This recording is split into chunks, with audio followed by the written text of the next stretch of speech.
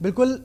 News one India देख रहे हैं आप, आपके साथ मैं हूं सौरभ सक्सेना। खबरों की शुरुआत करेंगे उपचुनाव की तारीखों के ऐलान से पहले। CM Yogi Adityanath full action में हैं। जी हां, उत्तर प्रदेश में अभी उपचुनाव की तारीखों का ऐलान नहीं हुआ है, लेकिन कल सीएम योगी आदित्यनाथ जौनपुर जाएंगे और वहां पे वो एक जनसभा को भी संबोधित करेंगे। कार्यकर्ताओं में जोश भरेंगे सीएम योगी आदित्यनाथ। तैयारी में जुटा है जौनपुर का पूरा प्रशासन। आपको बता दें, मल्हानी विधानसभा के कुल्हामऊ के सबमीम स्कूल जाएंगे सीएम योगी आदित्यनाथ। कल दोपहर 12:30 बजे के करीब सीएम योगी जौनपुर पहुंचेंगे। सपा नेता के निधन के बाद ये सीट खाली हुई है। आज उम्मीद जताई जा रही थी कि बिहार के साथ साथ जो उत्तर प्रदेश है उसमें भी चुनाव की तारीखों का ऐलान हो सकता है, लेकिन आज तारीखों का ऐलान नहीं हुआ। लेकिन जो उत्तर प्रदेश के मुख्यमंत्री हैं वो फुल एक्शन में कल जौनपुर जाएंगे और बीजेपी कार्यकर्ताओं में जोश भरने की एक कोशिश। देखिए, माननीय मुख्यमंत्री जी कल 26 सितंबर को 12:30 बजे जनपद जौनपुर के भ्रमण पर आ रहे हैं और हम लोग स्वागत के लिए उनके लिए पूरी तरह से तैयार हैं और सारी तैयारियां हमारी हो रही हैं जो शाम तक पूरी हो जाएंगी। देखिए, तो हम आपको तस्वीरें भी दिखा रहे हैं। कल सीएम योगी आदित्यनाथ जौनपुर पहुंचेंगे और उससे पहले जो पूरा प्रशासन है वो तैयारियों में जुट गया है। जैसे स्कूल सीएम योगी आदित्यनाथ आएंगे, वहां की भी तस्वीरें हम आपको दिखा रहे हैं।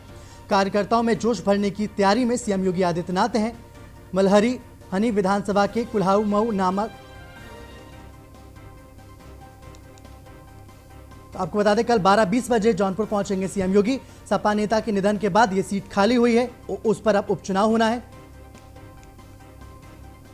मल्हनी विधानसभा के कुल्हामऊ के सबमीम स्कूल जाएंगे सीएम योगी आदित्यनाथ। तो कल सीएम योगी जौनपुर में होंगे। कार्यकर्ताओं में जोश भरने की कोशिश सीएम योगी आदित्यनाथ की तरफ से। सपा नेता के निधन के बाद ये सीट खाली हुई थी और अब इस सीट पर बीजेपी दमदार तरीके से अपना प्रत्याशी उतारना चाहती है। देखिए, उत्तर प्रदेश के जो उपचुनाव हैं ये बड़ी अग्नि परीक्षा के तौर पे देखे जा रहे हैं, क्योंकि जो उपचुनाव के नतीजे होंगे 2022 की तस्वीर काफी हद तक उससे साफ हो जाएगी। तो वहीं अगली खबर लखनऊ से है। मान्यता प्राप्त पत्रकारों को बीमा का तोहफा मिला है। जी हां, योगी सरकार ने जो मान्यता प्राप्त पत्रकार हैं उनको बीमा का तोहफा दिया है। 5 लाख रुपए का स्वास्थ्य बीमा देगी योगी सरकार। कोरोना से पत्रकार की मौत होने पर परिजनों की मदद भी करेगी योगी सरकार। परिजनों को 10 लाख रुपए की आर्थिक मदद दी जाएगी योगी सरकार की तरफ से। सीएम योगी ने पंडित दीनदयाल उपाध्याय सूचना भवन का लोकार्पण किया। सूचना भवन के लोकार्पण के दौरान सीएम योगी ने यह ऐलान किया, जनता और शासन प्रशासन के बीच महत्वपूर्ण है मीडिया। सीएम योगी ने कहा, शासन का काम योजना बनाना, प्रशासन का काम उसे जनता तक पहुंचाना। योजना के लिए कार्य योजना सबसे महत्वपूर्ण, सीएम योगी आदित्यनाथ ने कहा। गोरखपुर में अंत की ओर है इंसेफ्लाइटिस, सीएम योगी की तरफ से कहा गया। ये एक सक्सेसफुल स्टोरी है। सभी काम लगातार क्रम के साथ किए जा रहे हैं, सभी कामों को एक साथ जोड़कर आगे बढ़ रहे हैं, सीएम योगी की तरफ से कहा गया। तो जो मान्यता प्राप्त पत्रकार हैं उनके लिए सीएम योगी ने एक बड़ा ऐलान किया है। किसी भी सरकार के कार्यों का आम जनमानस तक पहुंचाने का एक सशक्त माध्यम सूचना और जनसंपर्क कार्यालय होता है। शासन का काम योजनाएं बनाने का होता है। प्रशासन विभिन्न माध्यमों से उसे आम जन तक पहुंचाती है, लेकिन जनता, शासन और प्रशासन के बीच में एक महत्वपूर्ण सेतु के रूप में मीडिया की भूमिका को नकारा नहीं जा सकता। उस भूमिका में सेतु का काम करने का जो महत्वपूर्ण माध्यम है वह सूचना और जनसंपर्क विभाग का है। और सूचना और जनसंपर्क विभाग अपने नवीन कार्यालय में आज प्रवेश किया है। उनके इस नवीन कार्यालय का जहां पर लोकार्पण हुआ है और यह कार्यालय हमने महान देशभक्त, अंत्योदय के प्रणेता पंडित दीनदयाल उपाध्याय जी के नाम पर रखा है। मैं इसके लिए सूचना विभाग को हृदय से बधाई देता हूं और पंडित दीनदयाल उपाध्याय जी के जयंती के अवसर पर उस महामानव के प्रति अपनी विनम्र श्रद्धांजलि भी अर्पित करता हूं। हमारे यहाँ एक पुरानी कहावत है, जैसी दृष्टि वैसी सृष्टि।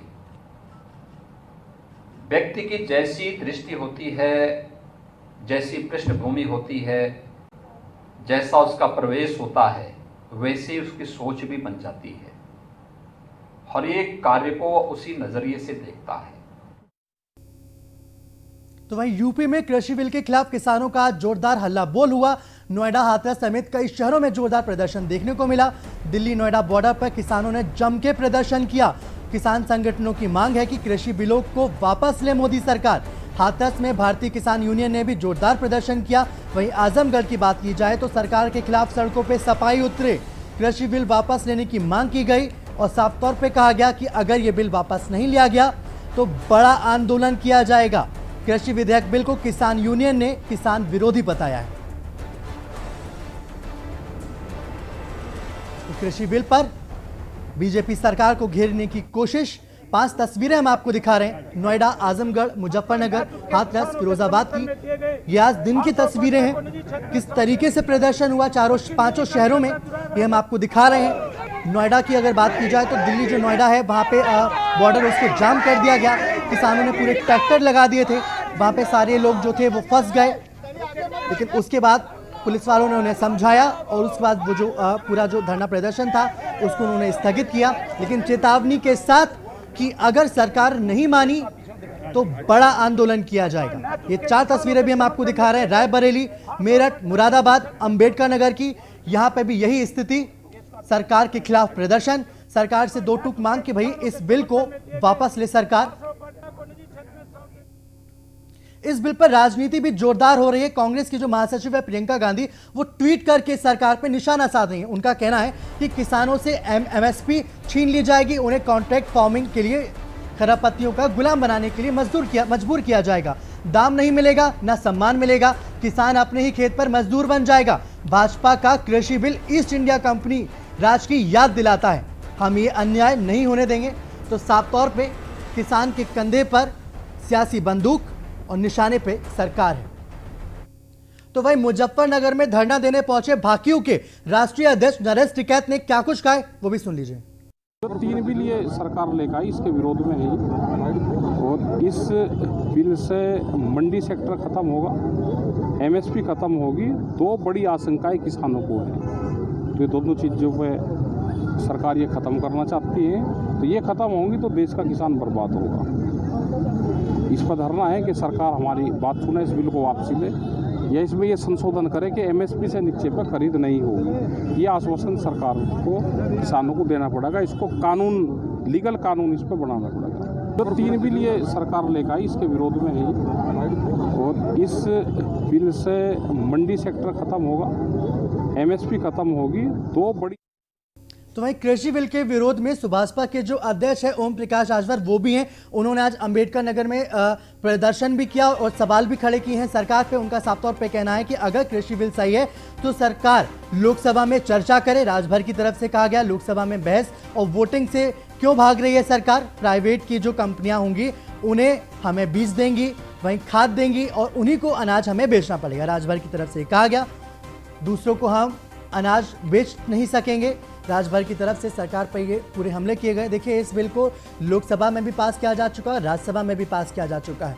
सवाल ये है कि अगर लोकसभा में इससे पहले चर्चा तो हुई थी, तब राजभर साहब कहाँ थे। राजभर साहब को शायद पता नहीं कि पूरे लोकसभा राज्यसभा में चर्चा के बाद ही ये बिल पास हुए। हालांकि राज्यसभा में इस बिल को लेकर जोरदार हंगामा भी देखने को मिला। सुनिए क्या कुछ कहना है राजभर साहब। ब्यूरोक्रेट के मुट्ठी में ये बीजेपी की सरकार हो गई है, मुख्यमंत्री उनकी मुट्ठी में है। इस नाते ये कुछ कर नहीं पा रहे हैं। देखिए, सरकार हमेशा झूठ बोल रही जब से ये बनी है। इन्होंने वादा किया था कि 15-15 लाख रुपया देंगे गरीबों के खाते में, नहीं दिया। 2 करोड़ युवाओं को रोजगार देंगे, नहीं दिया, बल्कि उल्टे 14 करोड़ युवाओं का रोजगार छीन लिया। इन्होंने कहा महंगाई कम करेंगे, महंगाई दुगुना हो गई। इन्होंने कहा था कि हम गड्ढा मुक्त नहीं, हम लोग सुनने में फ़र्क हो गया। इन्होंने कहा था कि उत्तर प्रदेश की सारी सड़कें हम गड्ढा युक्त बना देंगे, हम लोग सुने कि ये मुक्त बोल रहे हैं। हम लोग को सुनने में भरम आ गया। आज मैं तो देखा कि एक दिन फेसबुक पर एक किसी सज्जन ने डाला था, पूरे भारत का नक्शा सड़क पे था और भारत के नक्शे में गड्ढा था और ये नहीं समझ में आ रहा था कि भारत गड्ढे में है कि गड्ढे में भारत है। तो वहीं प्रतापगढ़ के कुंडा पहुंचे श्रम विभाग के दर्जा प्राप्त मंत्री सुनील भराला ने सूबे के बाहुबली नेताओं में शुमार रघु राज प्रताप सिंह उर्फ राजा भैया को चुनौती दी है और गढ़ में जाकर कार्रवाई की बात कही है। मंत्री सुनील भराला ने कहा कि मुख्तार अंसारी, अतीक अहमद और राजा भैया पर बड़ी कार्रवाई होगी। सुनील भराला ने कार्यकर्ताओं को आश्वस्त किया है इस बात को लेकर और उन्होंने बताया कि उत्तर प्रदेश में गैंगस्टर अपराधियों पर जो गुंडागर्दी और अराजकता करके प्रॉपर्टी कमाई गई थी, माफिया, अपराधी और गुंडे को किसी भी प्रकार की छूट नहीं दी जाएगी। निर्देश नहीं दिया गया किसी को भी कि आप कनेक्शन काट के आएंगे। आपको ये निर्देश जारी किया गया बिजली विभाग के अधिकारियों को, सबको, एमडी को भी, एक्शन को भी, सबको निर्देश है कि आप अपने बिजली बकाया को वसूली का अभियान रखें, लेकिन किसी का उत्पीड़न या कनेक्शन नहीं काटा जाएगा।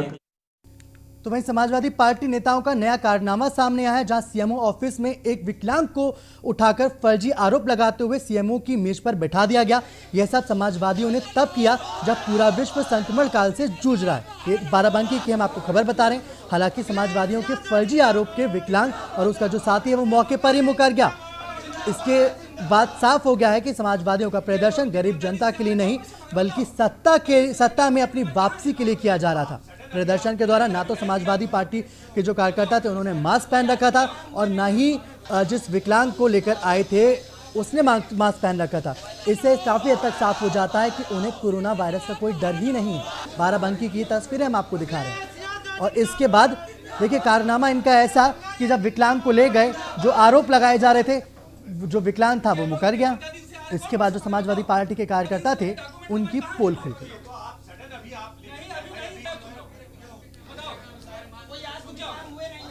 आप देख सकते हैं तस्वीरों में समाजवादी पार्टी नेताओं का कारनामा।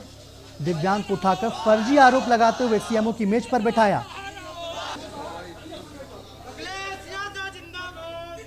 बाराबंकी से सीधे शिवम जायसवाल हमारे साथ जुड़ गए हैं। शिवम, समाजवादी पार्टी के नेताओं का जो कारनामा था वो आज जग जाहिर हो गया है। जो विकलांग है, जो आरोप लगा रहा था, पलट गया वहां पे।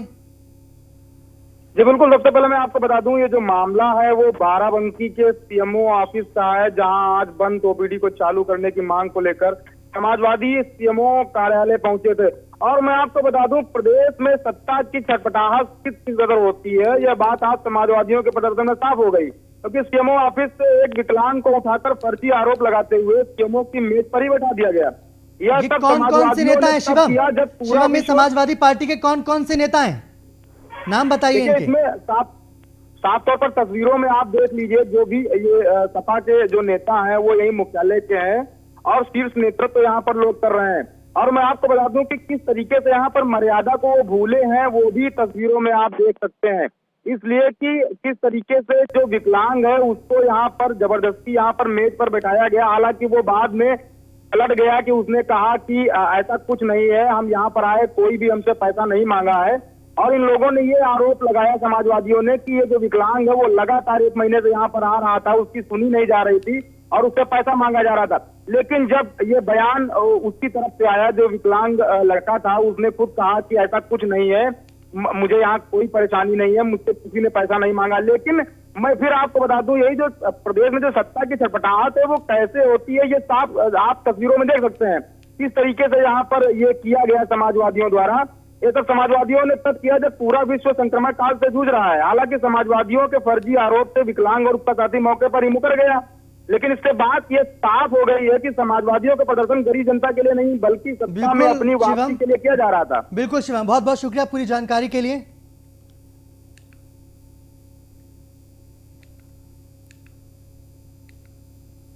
तो वहीं यूपी में नौकरी तलाश रहे युवाओं के लिए बड़ा अवसर है। 35,000 युवाओं को मिल सकती है सरकारी नौकरी। जी हां, यूपी एसएससी को भेजे गए 560 भर्ती प्रस्ताव पर बड़ी कार्रवाई है। 117 विभागों ने लगभग 35,000 पदों पर भेजा है प्रस्ताव। परिवार कल्याण विभाग में 9,222 पदों के लिए भेजा है प्रस्ताव। राजस्व परिषद में 6,028 पदों के लिए प्रस्ताव भेजा गया है। तो वहीं बाल विकास पुष्टाहार विभाग में 3,479 पदों का प्रस्ताव है। तो योगी राज में नौकरियां ही नौकरियां। देखिए, जिस सरकार को नौकरियों पे घेरती थी विपक्ष, अब उसी पर सीएम योगी की पूरा का पूरा फोकस है। यूपी के ज्यादा से ज्यादा लोगों को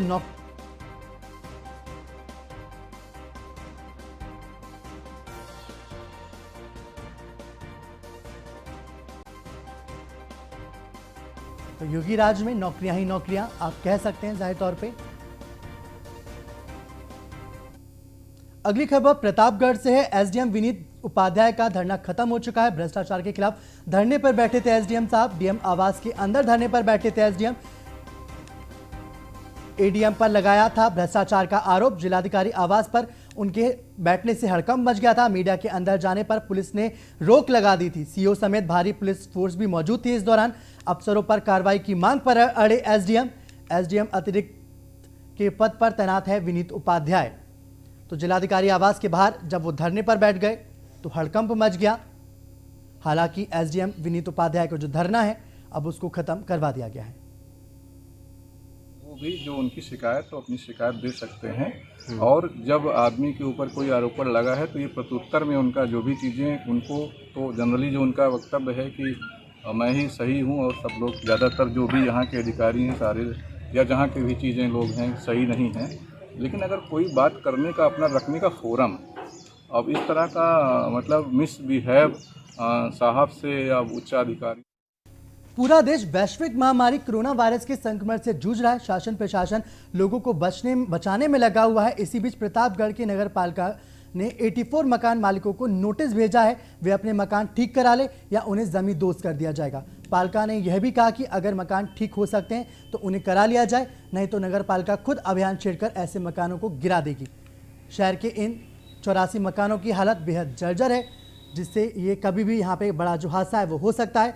हालांकि नगर पालिका इस तरह की नोटिस इनको कई बार देती रही है, लेकिन कोई कार्रवाई नहीं हुई है। जर्जर मकानों में जो लोग रहते हैं वो हमेशा खौफ और दहशत में रहते हैं। इन मकानों के नीचे सालों से व्यावसायिक प्रतिष्ठान चल रहे हैं। ऐसे में कोई हादसा हुआ तो स्थिति भयानक होगी। प्रतापगढ़ से हम आपको तस्वीरें भी दिखा रहे हैं। डर के साए में यहाँ पर जिंदगी है। पहले से दर्ज कराया है, उनको रिमाइंड भी कराते रहते हैं। इस संबंध में जो ईओ साहब हमारे मोदी सिंह जी उनसे भी वार्तालाप हुई है, और उसके नुकसान आप ये भी समझिए कि जो जर्जर बिल्डिंग है उसकी वजह से फालतू जगह घेरी हुई है। अगर वो जगह डेवलप हो जाती है तो एक तो व्यापार करने का नए लोगों को स्थान मिलेगा, व्यापार बढ़ेगा, थोड़ा रौनक बढ़ेगी, तो थोड़ा सा चहलकदमी बढ़ जाएगी। और अगर इसको समय रहते गिराया नहीं जाएगा तो किसी भी समय ये बहुत ही खतरनाक स्थिति में गिर सकती है, और आने जाने वाले राहगीरों को या उसके नीचे जो स्ट्रीट वेंडर्स हैं जो लगाते हैं उनके लिए खतरा हो सकता है। ये जान माल को भी बहुत बुरी तरह। इस साल हमने सर्वे कराया था अपने टीसीओ से, उसमें 84 मकान चिन्हित किए गए थे जो जर्जर अवस्था में हैं, और उनको पिछले वर्ष भी और इस वर्ष भी नोटिस दी जा चुकी है कि आप अपने जर्जर भवनों को स्वयं के संसाधनों से इसको गिरा लें, अन्यथा की दशा में अगर कोई भी जान माल की क्षति होती है तो इसकी जिम्मेदारी आपकी होगी। प्रतापगढ़ में मौत के साए में जी रहे हैं लोग। हम आपको बता दें कि प्रतापगढ़ में 84 जर्जर भवन ऐसे हैं जो कि नगर पालिका ने नोटिस दिया है लेकिन गिराया नहीं गया है। कभी भी हो सकता है बड़ा हादसा। प्रशासन इंतजार कर रहा है। बड़े महानगरों की तरह जहां जैसे मुंबई, दिल्ली जैसे शहर में हादसा हो चुके हैं, वहीं प्रतापगढ़ में आज 1 महीने से लगातार नोटिस दी गई है। 84 ऐसे मकान हैं जो एकदम जर्जर हो चुके हैं, जहां मकान मालिक नहीं ध्यान दे रहे हैं। कहीं कोई किराए पे है, कोई ठेला लगा के रह रहा है। कभी भी हादसा हो सकता है। देखना ये होगा प्रतापगढ़ प्रशासन हादसे का इंतजार करती है कि जर्जर भवन गिराती है। Manu Singh, news 1 India.